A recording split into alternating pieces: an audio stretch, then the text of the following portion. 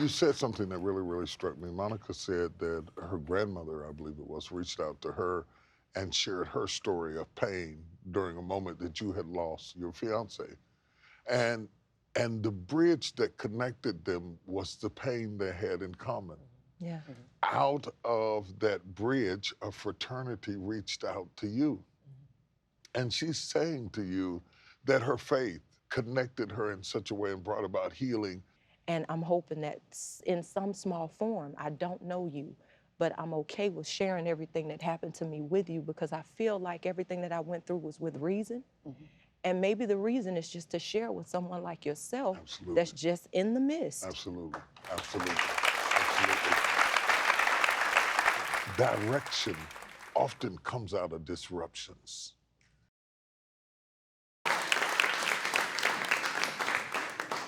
So, right now is a really exciting time for you. You have your new show premiering on Monday, and rumor has it you're about to shake up daytime television. Really? Yeah. I hope that's true. Yeah, I'm excited about it. It's a new initiative from the perspective that I get an opportunity to talk about a wider berth of subjects, to encounter and interact with people in a way that people don't typically see me. But you must realize that I've been counseling families and people in crisis for 40 years. I'm just now doing it on television. And what inspired you to take it national? Because now it's nationally syndicated. You guys started out with a limited test run last summer, Yes. but now you're taking it. Well, frankly, they had to see if there was enough demand for it to invest the kind of money that it takes to go into syndication. And over the 4 weeks that we did the test tour during the summer, the numbers escalated exponentially. And so Tegna made the decision that they were going to partner with my company, TD Jakes Enterprises and 44 Blue, in producing this product. And you're also scheduled to talk to guests as well as celebrities. Who are some of the guests that we can expect to see? I think you're going to see a wide range of guests, primarily focused on ordinary, average people. I really want my show to be your show. I want you to own the show. I want the community to own the show. I want to create a platform for people who have no voice to speak. But occasionally, of course, we're going to do celebrities and high-profile people as it is relevant to what we are trying to do. We want our show to be focused on being uplifting and empowering and informative, and doing that without compromising the fact that you can do all of that and still be entertaining. And from my recollection, you also hosted a BET show a few years back by the name of Money, no, what was it? Mind, Body, and Soul. Mind, Body, and Soul, yeah. It was a weekly show that BET put on Sundays at 11 o'clock. And so this is very, very different. This is going to be a daily show, so I'm going to be in your house every day. And it's very, very different in its format. It's very, very different in its focus.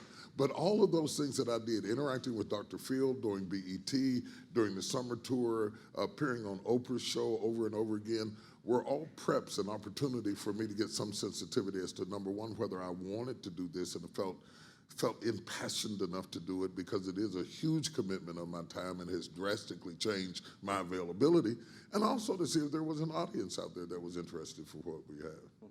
And speaking of Oprah, the show is also scheduled to syndicate on the OWN network. How did that all come about? Well, through Tegna and its affiliates, we were able to cover about a third of the country, and then some other local stations came in, took us to about 52%. When we entered into a deal with OWN, that way we can cover the rest of the country, and collectively we're going to be in close to 100 million homes. And throughout your many discussions with Oprah, I know she dropped some inspirational gems on you. What was like the best advice she gave TD Jakes? She said something that I think that I really believe and have believed, but she really directed it toward this business, that it is important that you have talent. It's very, very important that you have the kinds of talent that necessitates a daytime audience. But she said, what is equally as important is that you have a team to surround that talent, to enhance it, to put it in a perspective that it can be appreciated. We have no shortage of talent. I've done prison ministry for years, and I've worked with people who were incarcerated and have a reentry program that's seen 10,000 people. The jails are full of people with talent.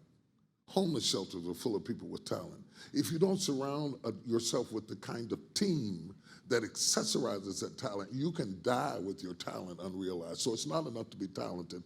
Oprah confirmed something that I'm very, very convicted about, that you have to have teams around you who are equally talented, who use their gifts not to compete with you, but to complete the mission of what you're trying to do. Yeah.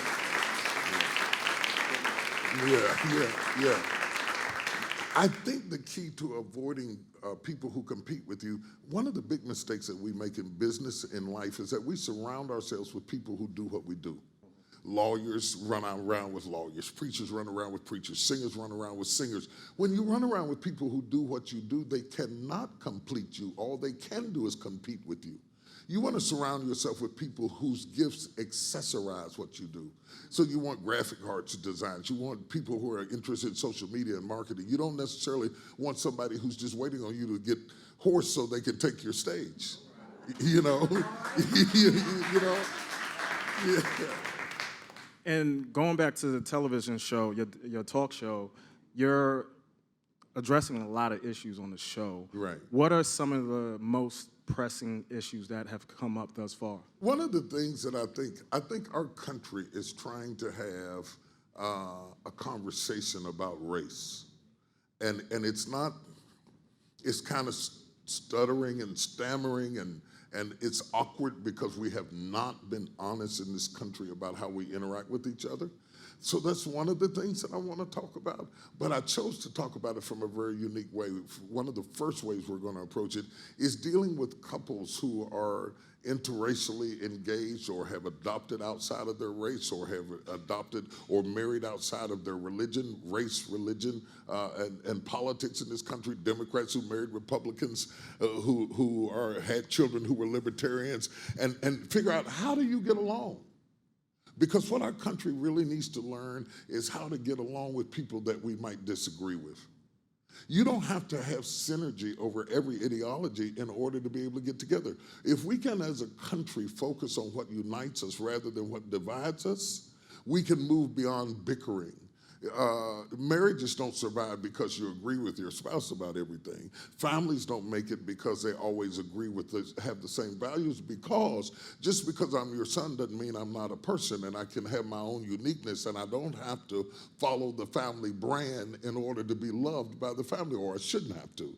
So we're going to explore those sorts of things. I interviewed one couple where it was a black woman married to a white man living in Appalachia who had adopted Native American children. You know, so that's diverse. I did another couple where he was a Christian, converted, African-American Christian, converted to Judaism, and his wife was a white woman and who was a Jew. So it was interesting. We talked about what it took for them to get together, and their families getting together, and what it might be like to be at a bar mitzvah smelling like catfish and hot sauce. You know what I'm saying? You know, so it was, yeah, very interesting kind of stuff. Yeah, so, I mean, we had a lot of fun talking about different ways that people find to work things out and resolve issues. We dealt with dating and dating online, what works about it, what doesn't work about it, some horror stories, some success stories about that whole process of female trafficking, the trafficking of our children, young girls and daughters, and how they get in. We interviewed people who had been in the life, been on the run, been through situations of travesty. I don't mean, when we think of human trafficking, we think of some other country. But I'm talking about right here in America, right in the cities of America. Human trafficking is escalating at an exponential rate. So we got an opportunity to sit down and talk to the families who've been through that kind of trauma. So it's a wide berth of subjects. It's not just faith, it's fear. It's not just left, it's right. We really cover the waterfront of a lot of different subjects. And among today's offering of national talk shows, what do you want to, or what do you hope that you bring different to the market that's not there already? You know, I really have a strong conviction that I'm going to bring something different, because most talk shows are championed by actors or entertainers who really do not know the people that they're talking to. But I am somebody who is from the people. I've walked the streets. I've dealt with the families. I know the kids. I know the struggles. I have lived a full life. I grew up in the hills of West Virginia. I know what it is to have my car repossessed. I know what it is to not be able to have all my utilities on at the same time. I know what it is to not have a job and not have a phone and have to have them call my neighbor down the street and walk to her house. I've done that. I've lived in penthouse suites. I've sat with presidents. I've sat with kings. I know dope heads, druggies. I've been here and there. So you're not talking to somebody who's not interested in you. I am one from among you. And so I think it's going to bring a fresh perspective to the conversation. And you're also featuring social media on the show. Right. How important was that to incorporate that into the talk show? I think it's huge. So first of all, we have millions and millions of people who engage us through social media every day. We have e-members who engage our church on Sunday morning from literally around the world, thousands and thousands and thousands, in fact, millions of people engage with me that way. Twitter, Facebook, Instagram, all of that engage. So I came to an understanding the value of social media. We want to be interactive with social media in some fresh and creative ways. We're developing ways where you can consume information in the format that you enjoy. Stats say today that people sit in front of big screens with little screens. Very seldom does somebody watch TV without watching their phone at the same time. So we want to be able to engage you on every level. The other thing that we're doing that's kind of unique is that I call my studio audience the village, my social media audience the village, my television audience the village. The concept is around, first of all, everybody's in the village. We're all diverse, but we're part of the village. And I'm saying that it takes the village not just to raise a child, to raise anybody. Whoever got up, you didn't get up by yourself. My mother used to say, if you see a turtle sitting on a fence post, you know he didn't get there by himself. And to those who have achieved anything, whether it's opening up a laundromat, a dry cleaners, healthcare, beauty shop, hip hop, rappers, preachers, I don't care what you are, politicians, you never get there by yourself. And I'm trying to promote this idea of village because we need to understand that you have to go beyond being talented to being relational. Nothing cross-pollinates and reaches its fruition without relationship. So you can't be gifted and hateful. You can't be talented and be rude. You have to be able to engage people because you never know who you're going to need in this world. You have to be careful about blasting people at one season that you're desperately going to need at another season. Come on, somebody. Yeah. One of the things that brought me to where I am, I didn't burn bridges. And one of the things I want to say to young people, young talent, young professionals, young actors, stop burning bridges. You don't have to have an opinion about everything. You don't have to attack everybody because everybody else is attacking them. Stop burning bridges. You may need that bridge, and just because you heard, read, or saw something on social media doesn't mean it's true. So when you jump on the bandwagon and start attacking people that later on you'll be knocking on their door trying to get a favor from, you close doors. He who leaves the door open has access. And earlier in our conversation, you mentioned how you developed the entire deal to get to a syndication deal. I want to get your thoughts on like how mostly like in pop culture specifically, there's a lot of entertainers, they tend to do their own thing right now, like in terms of launching and the whole do-it-yourself model. What are your thoughts on that? First of all, people know me as a pastor. They know me from the Potter's House, but I've had a for-profit company longer than I had the Potter's House.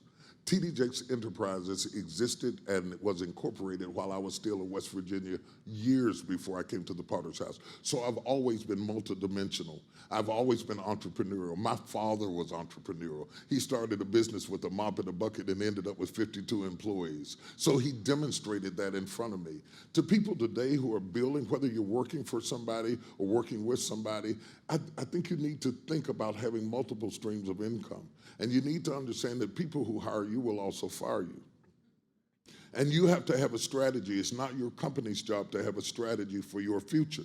Your company has a vision for them. You have to have a vision for you. So this whole entrepreneurial model is quite huge. And then when you look, particularly amongst underserved communities, the people who have broken through the glass ceilings and who have built empires and hired out of our community are people who took the risk, a move from being on the stage to becoming a stage. whether you're talking about Diddy or you're talking about Oprah or you're talking about Tyler Perry or you're talking about Steve Harvey. These are people who are not just talented telling jokes. They started companies, started hiring people, built businesses, became platforms. And it's very, very important that we do that in this country, people of all types and colors, because 70% of the workforce in this country, around 70%, is small business, not Fortune 500 companies. And so to be entrepreneurial, it's very important. But I want to give you a caution. Owning your own business is not for people who don't want to get up in the morning. It's not for people who are too lazy to work a job. It's not for people who are not motivated, because you're going to work twice as hard when you own it, because the bills are coming in your name. And the payroll, the people are looking to you to make payroll. And so for lazy people who are saying, I don't want to work, I'm going to start something, you don't want to do that. You do better to work a job. Because if you start something, you got to run it.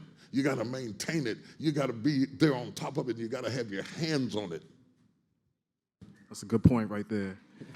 At this time, we're going to take a few questions from our guests in the audience. Oh, it's me. Okay. Wow, I'm just starstruck for a second. Funny story first. My mother, I used to hate history class. And as a punishment, she would make me listen to your sermons. But when I say it built the character, now I'm in an instance with my mom where I'm surrounded by John Karl Marx. And she would have been my Barnabas. Right. And right. I'm here waiting on a Silas. Right. So what do you do? Get in wherever you can. Come in from a perspective. It's very difficult to find a mentor that's appropriate, because people who are fascinating are being hit on all the time to become mentors in somebody's life. They really don't have time. What you want to do is to develop some sort of way that you can add value to the person you want to learn from. It's not what can they do for you. That won't get you in the room. What will get you in the room is what you can do for them. While you are in the room, learn, listen. Find a way that you can make yourself useful, whether it's volunteering, any kind of way you can get around them. The best thing you can get from anybody who is successful at anything is to learn how they think. You are the substratum of your words. Your words comprise your wisdom. And people who devour your words eat your wisdom. So you want to be a good listener, you want to be a good thinker, and then you want to walk away with principles that you can make applicable to your life, because principles are applicable across a wide array of different platforms. And I think it's very, very important. You want to say a good introductory to somebody is not what they can do for you. That's a drain. You don't want to appear as a liability. The goal is to be an asset and enter into the conversation. It's how can I serve you? Get you in the room. And being in the room will serve your destiny the rest of your life. Next question, please. Hi, thank you so much for being here today and gracing us with your presence and wisdom. Thank you. And being in the ministries for 40 years and having more than 30,000 members of your congregation, I'm sure that you take on many of their burdens. Yes. And pressures.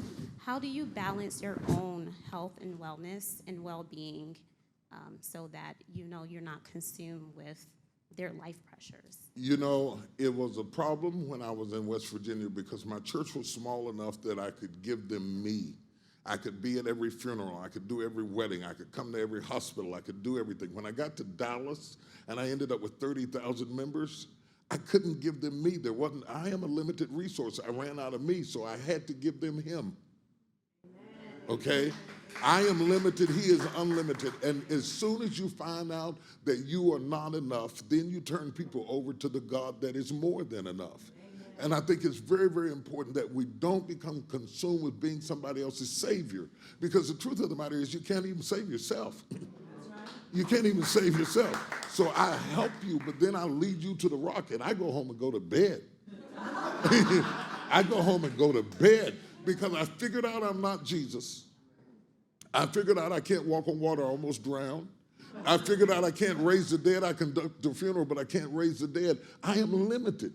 And there's something liberating about being limited. When you don't have to know everything and be everything, it frees you up in a lot of ways to direct people to other resources. I just want to be the guy pointing the way.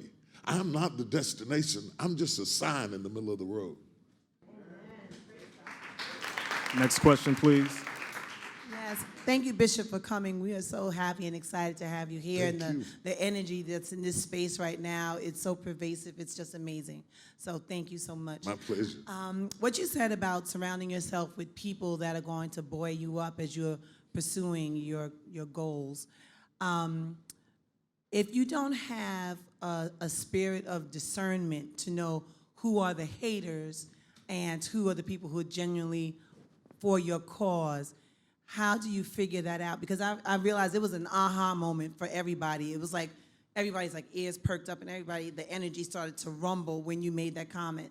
The other question I have is, I know that Paula White spoke about being chided by you, and I know that you all still have a very healthy relationship and you've mentored her for a long time. So if you have a person who you need to scold who seems like they're moving into the hater realm, how do you do that in a loving way and keep them within the team and then the discernment to make the distinction of if they could stay or if they have to go?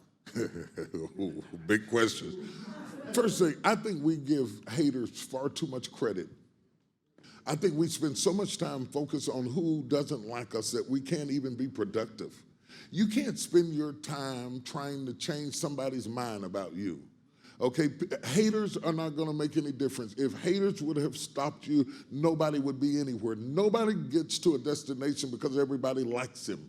Everybody's controversial. There's no way you can be exposed to a public. There's 7 billion people on the planet. You're not going to get 7 billion people to support you. So don't be too concerned about haters. What you don't want is people in your close circle who are close enough to, in order to cut your throat, I got to be in arm's reach of your neck. So control your parameters. As it relates to peripheral haters, they actually serve you well. They actually serve you well. Sometimes they're not always wrong. They just do it from an evil perspective. They will show you weaknesses in your armor that need to be fixed. Sometimes they expose you to other audience. They talk about you so bad that other people want to come hear you to see for themselves. You must realize, if you're a Christian, you understand that the Bible says that the Lord prepares a table before us in the presence of our enemies. If we didn't have any enemies, we wouldn't have any table. So thank you to all my haters, because you prepared a place for me to be able to sit down and eat. You see? As it relates to the second part of your question, when it comes to chiding and scolding, and if I have been a mentor in Paula's life, I'm glad. I suspect that I'm not the only mentor, and that's cool, because you can have different people who mentor you about different things. But there have been times that I have challenged her and others privately, never publicly. I think it's wrong for you to whip your child in the grocery store, so to speak. I think you challenge people, public figures, privately. People who attack public figures publicly do it because they don't have access to them privately. If you got my number, why would you write an article about me? See, that makes you a hater. You're not really trying to help me. You're trying to hate on me. And this is the test. If you endure chastisement, you're a son. If my words add value and you change, then I can continue. If they don't, what I do is leave you alone. Okay? You don't need me. You weren't listening to me. You're going in your own way. I release you to your destiny. And sometimes I can release you and nobody knows that I released you except me and you, because I don't have to make a public statement to back away from a bad situation. You don't want to pour good wine into bad skins, okay? Yeah. Next question, please. Bishop Jakes, I want to congratulate you on your latest endeavor, because you seem to continuously evolve in a way that is empowering to others. Clearly, you are imbued. Thank you. So thank God. You've been married for 33 years, and 34. you mentioned to Brennan that you will be focusing on relationships. Can you share with us some of the success mechanisms that you have utilized in your own personal marriage, and best advice for people seeking relationships in this difficult time where it's really social media where many people meet, as opposed to the old school way that you and your wife met? Yeah. Congratulations on your show. Thank you. 34 years my wife and I have been married, not because I haven't done anything crazy or gotten on her nerves or she gotten on mine. We've been married for 34 years through winter, spring, summer, and fall. The enduring thing that lasts in a relationship, and relationships as it relates to romance has seasons. It's not going to be spring all the time. It's going to be fall. It's going to be winter. And people have to endure the different seasons of a relationship. One of the biggest mistakes I think that we make is we want everything to be like it was. Nothing is like it was. The person who wants it to be like it was is not the same. And to crave and demand that somebody be who they were 20, 30 years, 10 years, 5 years ago is to insist that I don't grow, that I don't evolve. What has made us stay together for 34 years, we have been through hot springs, blazing summers. We have been through falls and ice cold winters. But there has never been a season that I was not for her. There has never been a season that I was not her best friend. There has never been a season that I wondered did she have my back. Friendship becomes the substratum of all relationships. The goal is to end up walking through the mall with false teeth in your mouth, holding hands with fat, funny-looking feet hanging over your tennis shoes. That's the goal. We may not make it, but that's the goal. What I am trying to say to families is that all families are in some way dysfunctional. We advertise these television ideologies of what families are like, and then we look at our situation and we feel disappointed. And we feel like we've got problems in our family that nobody else has, and it's not true. Every family has secrets. Every family has issues. Every family has disappointments. In fact, I believe that God puts you in the gymnasium of family so that your love can work out. Until you learn how to love somebody who hurts you, until you learn how to forgive somebody who let you down, until you learn how to make up, you will never have a relationship. And we have to start demonstrating to our children that you don't have to be perfect to be worthy of my love. You don't have to have my same values to be worthy of my love. I've got 5 kids. They are my children. Whether they are right, whether they are wrong, whether they are drunk, whether they're sober, whether they're straight, whether they're gay, whether they're Democrat or Republican or con or in jail, you will always be my son. If you die, you'll be my son. If you're a doctor, my son is a doctor. If you're a drunk, my son is a drunk. We should stop prostituting our love and saying, if you don't do certain things and do it this way or that way, I unlove you. That's not right. They are your family. They are your blood. They are your kin. We all desperately need some place where we can have a cocoon that we can count on that will love us broke, love us crazy, love us through our craziness. Because I might not always be crazy. I might be profitable to you at a later date. The son that broke your heart, the daughter who stole the car, the girl who got pregnant, the son who became a stripper, the one who's HIV positive might turn around and be the very one to pass you a glass of water when you're gasping for breath. Stop throwing away your family because they're flawed, because the truth of the matter is you are flawed too. We have time for one more question. Hi, TD. It's such an honor to be in your presence Thank you. today. My question is, I know that you're awesome with helping others overcome their obstacles, but my question is, was there a moment in your life, either your personal or ministry life, that you could have benefited from a show like yours today? Yeah, every day. Every day, even to this day. You don't get to teach because you perfected the art. You have to, let me give it to you this way. I went to see my doctor because I had the flu. And I was telling him how my head was stopped up and my nose was running and I was coughing. And he was writing me a prescription when I noticed he was sniffling too. Just because he knows the medicine doesn't mean that he's exempt from the same bug that I get. And you have to understand, see, we have to stop idolizing people as if they have mastered life. You can't master life because it keeps changing. As soon as you figure it out, it moves. By the time you figure out how to be a young person, you're not young anymore. By the time you figure out how to raise the kids, they're gone. You know, you start out with somebody who's in the spring of their life. I met my wife, I was 22, she was 24. And by the time I figured out how to be a young man, married and carried bags and get the kids in car seats, the kids were driving the car. I blinked around and the girl who was laying in a bikini on the beach was going through menopause, sweating and shivering and wrapping up in blankets. You never master it. Every day is a new adventure. You're a student every day. So my sister said this, she said this about Christianity, but it's also true about mentorship. She said Christianity is one beggar telling another beggar where he found the bread. Okay? It's not that you're the baker. You're hungry too. So I'm just doing like ants do. I'll come over, if I found something that fed me, I'll come over and tell you, there's some rice over here, they spilled some syrup over here. This is where you can eat. This will help you. You don't want people to put you in a position that they deny you your humanity, because then you have to be an imposter and fake the funk and be something that you are not. You can teach on weight loss and then eat cheesecake.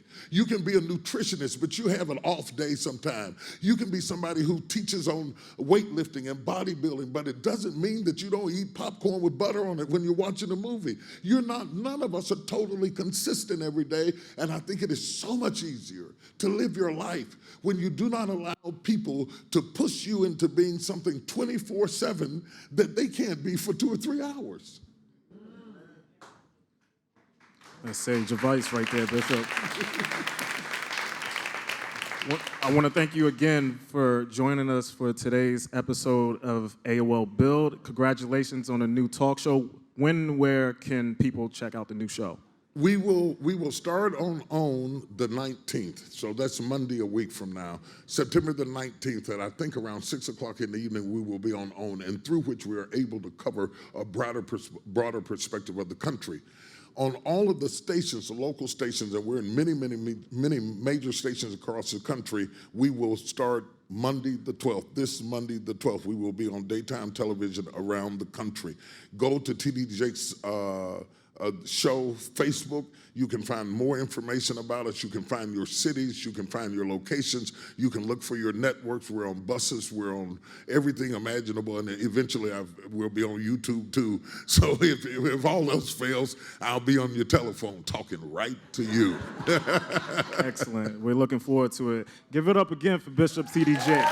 Thank you, everybody.